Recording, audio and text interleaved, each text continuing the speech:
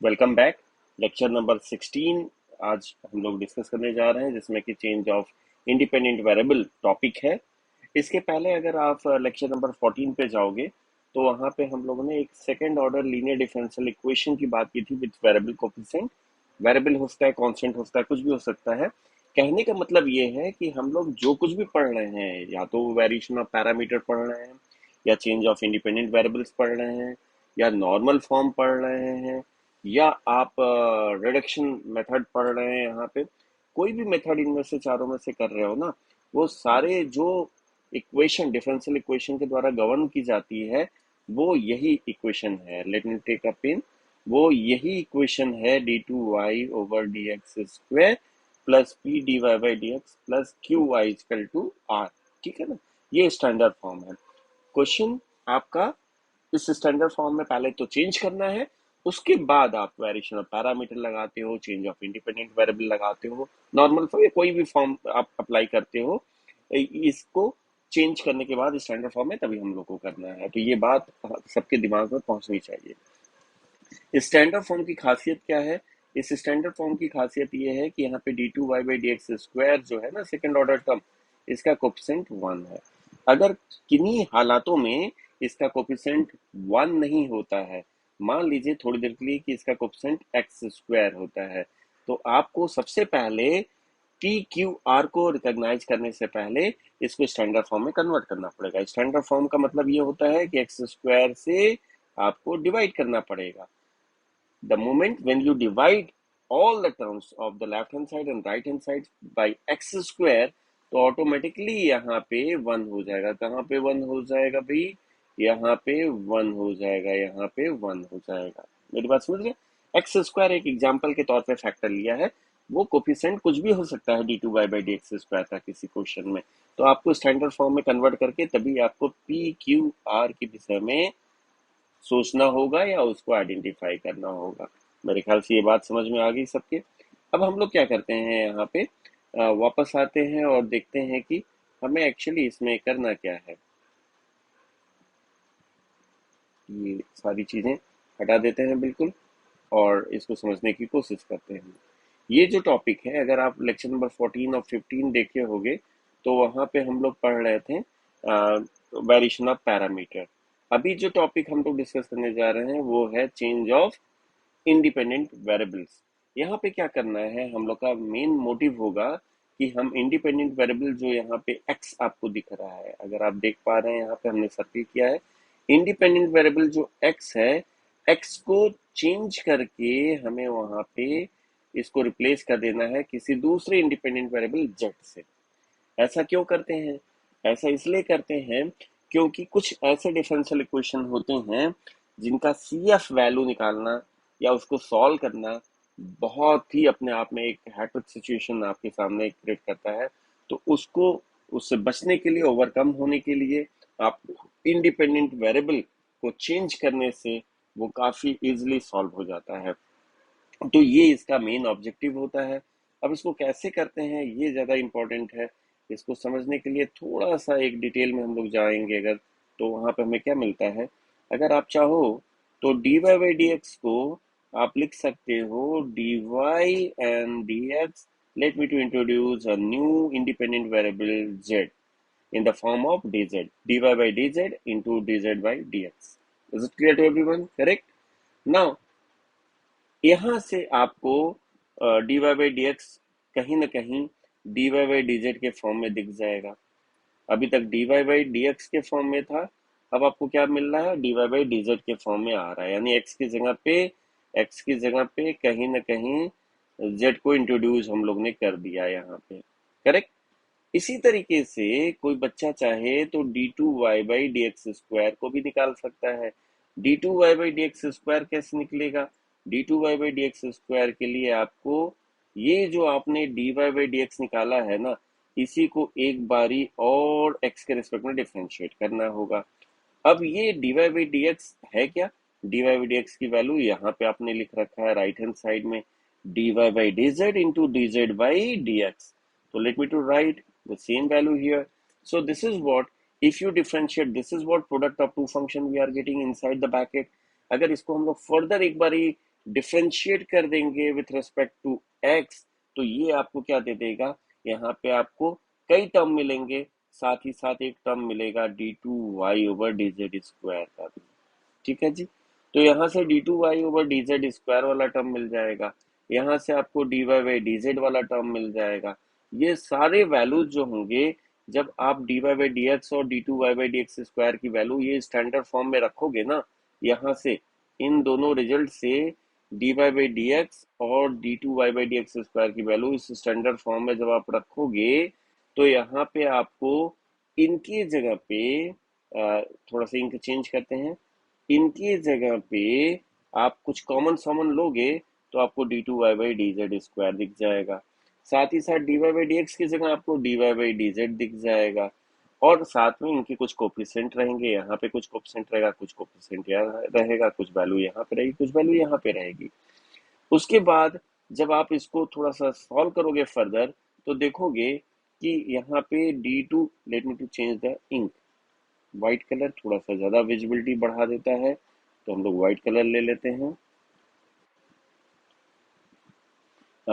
d2y/dz² आपको मिल जाएगा, जब इन सारे वैल्यूज को dy/dx की वैल्यू को और d2y/dx² की वैल्यू को हम लोग इस इक्वेशन स्टार में रख रहे हैं, तब की बात कर रहे हैं हम। तो d2y/dz² मिल जाएगा, p की जगह कोई दूसरा यहाँ पे कोफिशिएंट आ जाएगा, क्योंकि हम लोग इन वैल्यूज को रिप्लेस करना है यहाँ पे। तो सपोज p1 आपको मिल जाता है, और dy/dx की जगह पे, ये dy/dx की जगह पे आपको dy/dz मिल जा रहा है, प्लस q की वैल्यू भी थोड़ी सी चेंज आपको मिलेगी, और ये हो सकता है वहां पे एक सिंबॉलिक रिप्रेजेंटेशन ले लेते हैं q1 का, तो q1 आ जाता है। y डिपेंडेंट वेरिएबल तो अभी भी वही है, हम लोग केवल इंडिपेंडेंट वेरिएबल को चेंज किए। राइट हैंड साइड में क्या है, r1 है। तो हम लोग कहाँ पे पहुंच गए, हम लोग इस स्टेज पे पहुंच गए जहां पे कि इंडिपेंडेंट वेरिएबल x जो है वो रिप्लेस किया जा चुका है z से। अगर आप इस इक्वेशन को, जिसको हम एरो से दिखा रहे हैं, इस इक्वेशन से कंपेयर कीजिएगा, तो आप देखिएगा d2y/dx² की जगह d2y/dz² दिख रहा है, और dy/dx की जगह पे अब हमें जो दिख रहा है वो दिख रहा है dy/dz दिख रहा है। इस तरह से बाकी उसके कोफिशिएंट जो है वो भी चेंज हो रहे हैं, जहां पे p हुआ करता था, p की जगह पे अब आपका p1 आ चुका है, और q की जगह पे अगर देखिएगा तो q1 आ चुका है। अगर ये आप लोग देख पा रहे हो तो इस तरह का कुछ इमेज निकल के बाहर आ रहा है, और उसी तरीके से r की जगह पे एक नया सिंबॉलिक रिप्रेजेंटेशन उसका हम लोग ने यूज किया है, यहाँ पे r1 आ चुका है। तो ये भी स्टैंडर्ड फॉर्म में है, क्यों, क्योंकि इसका कोफिशिएंट जो कुछ भी था उसको हम लोग ने डिवाइड करके 1 बना लिया है। तो अल्टीमेटली जो मेरा ऑब्जेक्टिव था ना क्वेश्चन का, कि इंडिपेंडेंट वेरिएबल को चेंज करना, वो हम लोग अचीव कर रहे हैं। एक्स की जगह अब इंडिपेंडेंट वेरिएबल हम लोग को क्या दिख रहा है यहाँ पे, अब हम लोग को जेड दिख रहा है। डिपेंडेंट वेरिएबल तो अभी भी वाई है, लेकिन इंडिपेंडेंट वेरिएबल जेड हो गया। लेकिन जब आप ये काम कर रहे थे तो आपको कुछ पे करना पड़ा वहां पे, और क्या पे करना पड़ा, पी की जगह p1 आ गया था, Q की जगह Q1 आ गया था, R की जगह R1 आ गया था।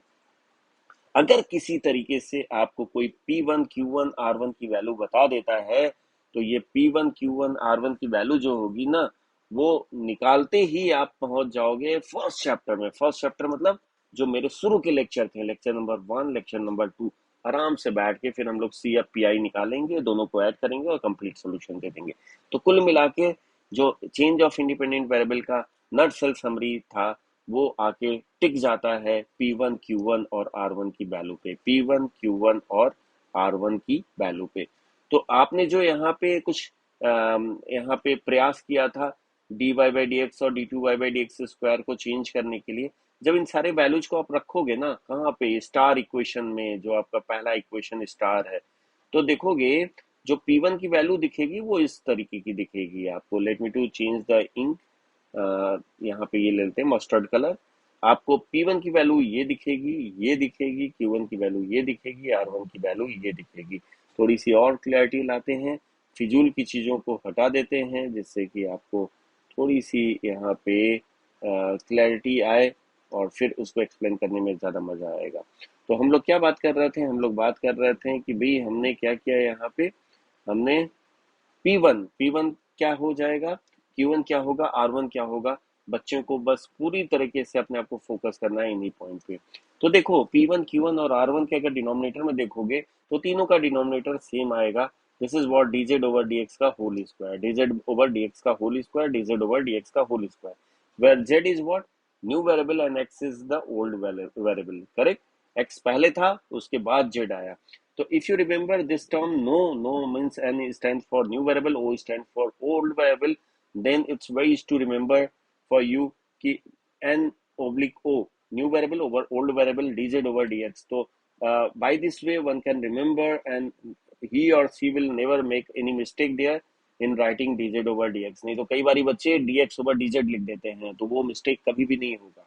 नेक्स्ट क्यू अगर देखोगे तो क्यू का रिप्लेसमेंट क्या था, अगर आप क्वेश्चन में देखिएगा तो क्यू का रिप्लेसमेंट जो मेरे को दिख पा रहा है, क्यू का रिप्लेसमेंट आपको Q1 दिख रहा है। Q1 क्यू की जगह Q1 आ रहा है, P की जगह हम लोग ने अपने कन्वीनियंस के लिए यहाँ पे P1 यूज किया and for the sake of convenience R replaced by R1। ठीक है ना। तो Q1 किसका रिप्लेसमेंट है, क्यू का।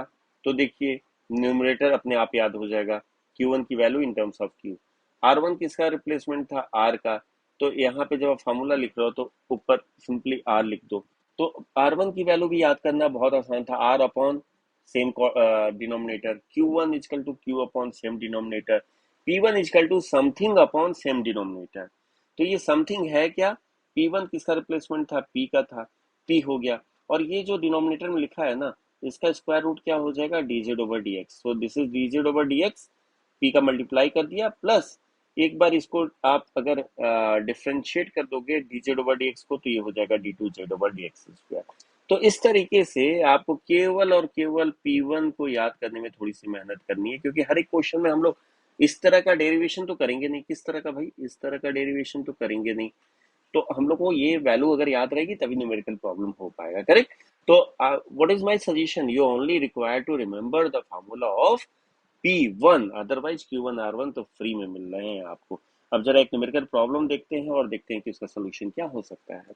आपको एक प्रॉब्लम यहाँ पे दिया हुआ है कि solve the following differential equation by changing the independent variables. अधिकतर क्वेश्चन जब आते हैं एग्जाम्स में तो लिख के आते हैं कि solve this particular problem by applying change of independent variable method. तो ये क्वेश्चन क्या है, 1 plus X square, correct, d2y over dx square plus 1 plus X dy by dx plus y equal to 4 cos log 1 plus x।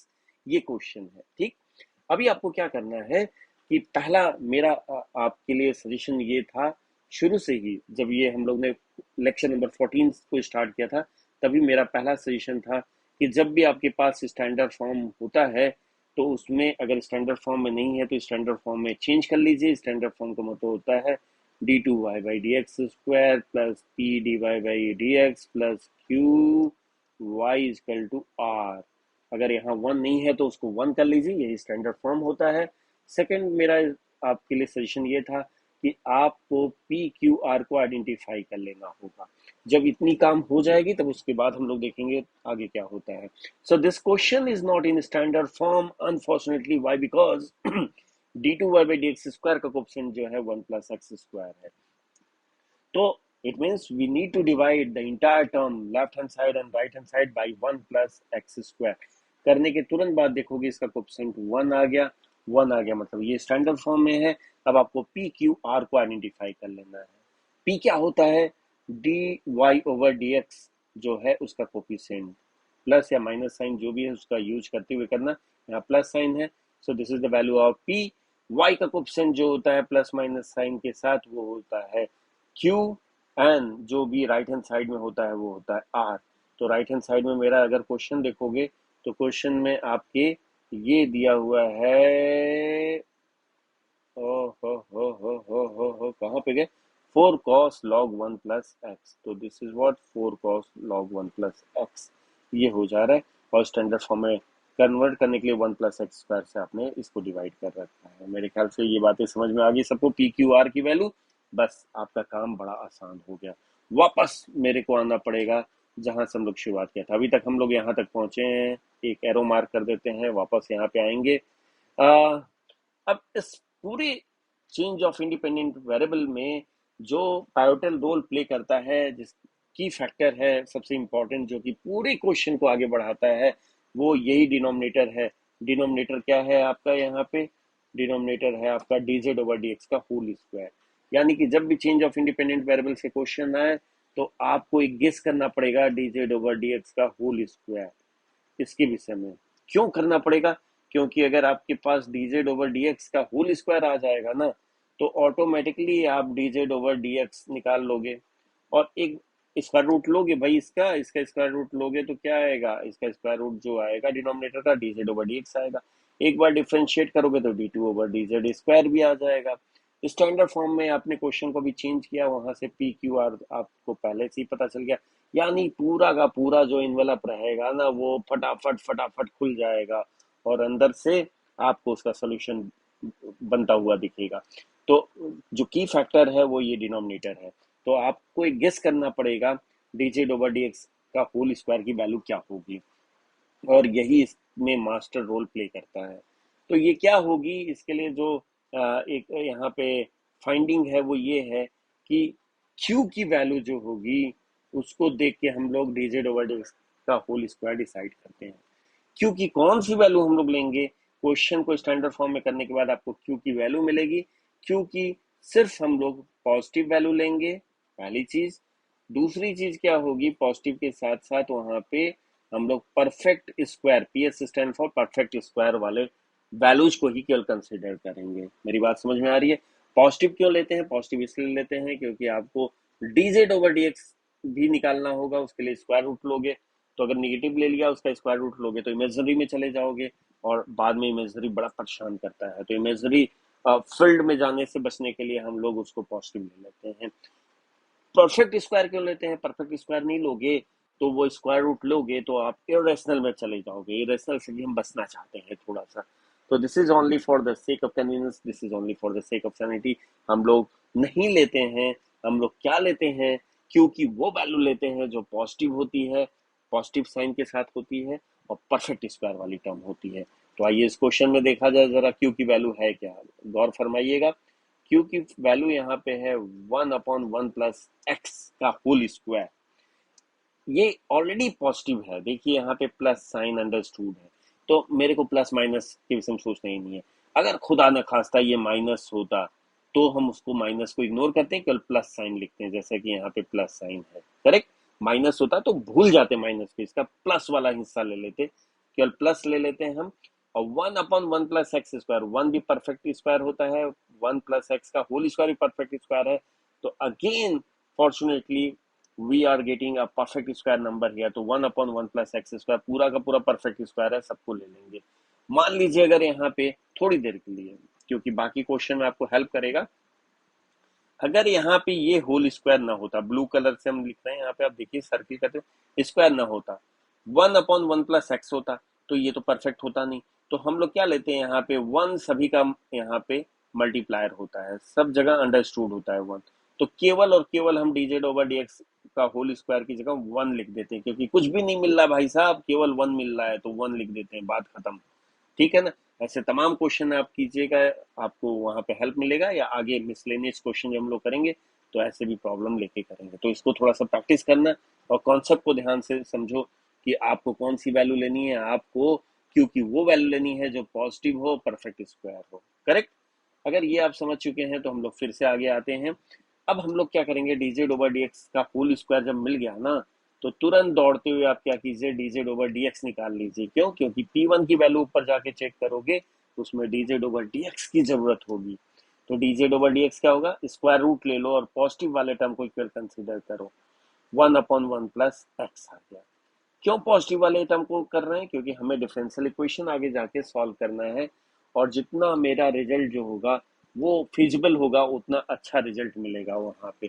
तो 1/1 plus x. आप फिर से देखिए, P1 की वैल्यू में आपको एक चीज की और दरकार है, वो है d2z ओवर dx स्क्वायर की। तो जब dz बाई dx जो आपका निकला हुआ है ना, इसी को अगर आप एक बारी और डिफ्रेंशिएट कर दोगे एक्स के रिस्पेक्ट में, तो ये हो जाएगा -1/1 + x²। और लगे हाथ आपके लिए सजेशन मेरा क्या है कि आप z और x में एक रिलेशन भी निकाल लो। भाई ऐसा क्यों करते हैं? क्योंकि आप ओल्ड वेरिएबल x से z में जा रहे हो, ठीक है, लेकिन आपका क्वेश्चन हमेशा क्या होता है, y और x में पूछा जाता है आपसे।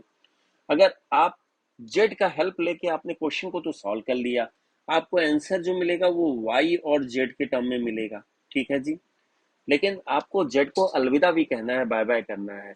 तो अगर आपके पास जेड और पुराने वेरिएबल एक्स के बीच का रिलेशन नहीं पता होगा ना, तो आप इस जेड को कभी हटा नहीं पाओगे, क्योंकि बाद में मेरे को जेड को हटाना है इसी रिलेशन की मदद से और एक्स के टर्म में आंसर देना है। तो इसलिए आपको हमने क्या कहा कि तुरंत ही जब आप D Z over D X निकालते हो तो पहला काम तो D two Z over D X square निकाल लो, फॉर्मूले में काम आएगा। साथ ही साथ आपको तुरंत ही क्या करना चाहिए, इसको एक बार इंटीग्रेट करके आप जेड और एक्स के बीच का रिलेशन निकाल लो। तो इसको अगर एक बार आप इंटीग्रेट करोगे 1/1 + x को, तो log 1 + x हो जाएगा। ये रिलेशन हम लोग एट लास्ट यूज करने वाले हैं जब जेड को रिप्लेस करेंगे एक्स के टर्म में, करेक्ट। तो ये लाइन सबसे इंपॉर्टेंट है और बाकी चेंज ऑफ इंडिपेंडेंट वेरिएबल में कुछ है ही नहीं है, ठीक। अब हम लोग जानते हैं जब हम लोग चेंज ऑफ इंडिपेंडेंट वेरिएबल में चेंज करते थे तो हमारा जो स्टैंडर्ड फॉर्म हुआ करता था ये स्टार वाला वो क्या हो जाता था, वो इस फॉर्म में हो जाता था, डबल स्टार, और एक्स की जगह पे जेड आ जाता था।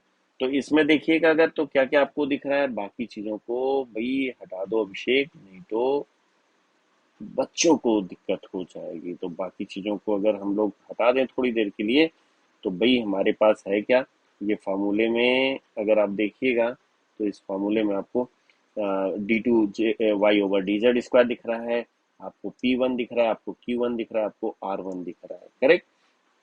तो हम लोग क्या करेंगे अब यहाँ पे, जल्दी से ये हम लोग इस फॉर्म में आ गए, ठीक, चेंज ऑफ इंडिपेंडेंट वेरिएबल से d2y/dz² dy/dz साथ ही साथ p1 q1 r1 भी आ गया आपका डबल स्टार से, ठीक।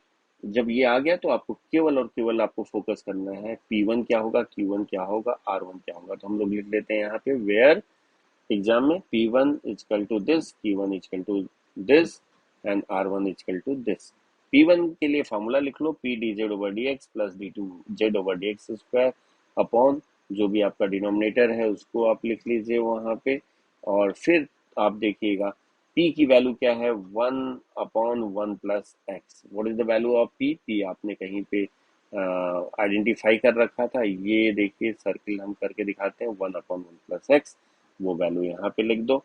dz/dx की वैल्यू आपने अभी निकाला है, यहाँ पे आपने निकाला है, इसको लाके यहाँ पे रख दो भाई, 1/1 + x हो गया। d2z/dx² की वैल्यू भी कहीं पे आपने निकाल रखा है, इसको उठाइए और इसको लेके यहाँ पे रख दीजिए। सो दिस इज व्हाट न्यूमरेटर तो पूरी तरह से हम लोग ने लिख रखा है, अपॉन डिनोमिनेटर में dz/dx का होल स्क्वायर जो है वो आपने कहीं पे शुरू में ही गेस किया था, ये आपका गेस था, परफेक्ट स्क्वायर और नॉन नेगेटिव वैल्यूज को लिया था आपने, ये आ गया आपका, ठीक। इसको अगर आप सॉल्व करोगे तो देखोगे ये क्वांटिटी और ये क्वांटिटी कैंसिल आउट हो जाएगा पॉजिटिव नेगेटिव साइन से, अल्टीमेटली p1 इजकल टू 0 आ गया। बहुत ही साधारण रिजल्ट आ गया p1 का, p1 इजकल टू 0। q1 के लिए फॉर्मूला है q अपॉन dz/dx का होल स्क्वायर। dz/dx का होल स्क्वायर क्या था, वो था आपका non negative perfect square number 1 upon इतना ऊपर लिख रखा है, आप देख लीजिएगा। क्यू क्या है, क्यू की वैल्यू अगर आपने आइडेंटिफाई कर रखा था शुरू में ही, 1/1 + x का होल स्क्वायर। तो ये सेम वैल्यू हम लोग यहाँ पे क्यू की जगह रख दें न्यूमरेटर में, दोनों सेम है, कैंसिल आउट होके 1 आ जाएगा। तो p1 कितना आया था, p1 आया था 0, और q1 कितना आया था, 1 आया था। r1 के लिए फॉर्मूला था r/dz/dx का होल स्क्वायर, और r कितना है, आर आपने शुरू में ही लिख रखा था कहीं पे, ये आर की वैल्यू थी, ये आर की वैल्यू थी, इस वैल्यू को रख दो। और डिनोमिनेटर जो है 1/1 + x² है, ये बिल्कुल शुरू से ही हम लोग करके आ रहे हैं। ये क्वांटिटी इस क्वांटिटी को कैंसिल आउट कर देगी, ये 4 cos log 1 + x आ गया। लेकिन भाई हम लोग ने x को चेंज कर दिया था z में, चेंज ऑफ इंडिपेंडेंट वेरिएबल से, तो अब कहीं पे मेरे को x नहीं दिखना चाहिए। तो x और z में रिलेशन जो होगा वो यहाँ पे काम करेगा। log 1 प्लस एक्स जो है ना वो z के बराबर है, तो log 1 प्लस एक्स की जगह पे अगर आप चाहो ये log 1 प्लस एक्स की जगह पे z लिख सकते हो, तो 4 cos z। अब इन सारे वैल्यूज को हम लोग कहाँ लिख देंगे, इन सारे वैल्यूज को हम लोग जो ये इक्वेशन 1 है ना, change of independent variable x की जगह जब जेड लाते हैं तो स्टैंडर्ड फॉर्म चेंज होके P1 Q1 R1 में आ जाता है, जो कि इक्वेशन 1 से रिफ्लेक्ट होता है। ठीक है ना, तो इक्वेशन 1 में अगर आप रख दोगे तो P1 की वैल्यू 0 रख दोगे तो dy/dz गायब हो गया, आप यहाँ पे देखिए। और Q1 की वैल्यू 1 है, अभी थोड़ी देर पहले आपने निकाला यहाँ कहीं पे, Q1 की वैल्यू 1 है। R1 की वैल्यू 4 cos z है, ये कर दिया। भाई साहब जब आपने ये किया ना तो ये एक्चुअली हो क्या गया, ये आपका फर्स्ट चैप्टर का क्वेश्चन हो गया, जहाँ पे कांस्टेंट कोफिशिएंट होता था और CF और PI निकाल के आप ऐड कर रहे थे और आंसर आता था।